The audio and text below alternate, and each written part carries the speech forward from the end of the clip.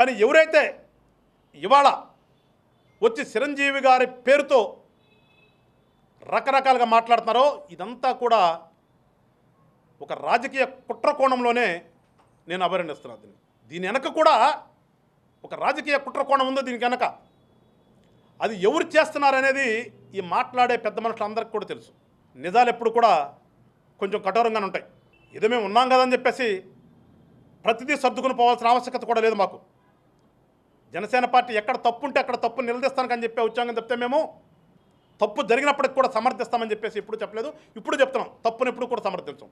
తప్పు మాలో జరిగినా ఖండిస్తాం, బయటవాడు తప్పు చేసినా కానీ ఖండిస్తాం తప్పితే కూటమిలో ఉన్నాం కదా అని చెప్పేసి వాళ్ళు ఏదో తప్పులు చేసేసి అదంతా కూటమిలో ఉన్నాం కదా, పవన్ కళ్యాణ్ గారు 15 సంవత్సరాలు అంటున్నారు కదా, వీళ్ళదేముందో అనుకునే వాళ్ళందరికీ చెప్తున్నాను, మీరు గోక్కుంటే గోక్కోండి. ఈ గోక్కునే వాళ్ళందరూ చెప్తున్నాను, ఏదో అనేయాలి, చిరంజీవి గారిని అనేయాలి, తద్వారా ఆ రిఫ్లెక్షన్ జనసేన పార్టీ మీద పడాలి అని ఎవరైతే సంబరాలు పడుతూ గోక్కుంటున్నారో మీ అందరికీ చెప్తున్నా, చిరంజీవి అనే వ్యక్తి సినీ పరిశ్రమలో తెలుగు సినీ ఇండస్ట్రీలో ఒక స్టార్గా ఎదిగిన దగ్గర నుంచి కూడా ఆయన అంటే పడి ఏడ్చేవాళ్ళు ఉన్నారు. ఆ ఏడ్చేవాళ్ళు ఎవరో మీ అందరికీ తెలుసు.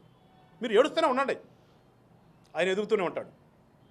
ఈరోజు కూడా ఏడుస్తూనే ఉంటున్నారు, కానీ ఆయన ఎదుగుదలలో 70 సంవత్సరాలు దాటినప్పటికి కూడా ఆయన ఎదుగుదల అదే రకంగా ఉంది వాళ్ళకు కూడా.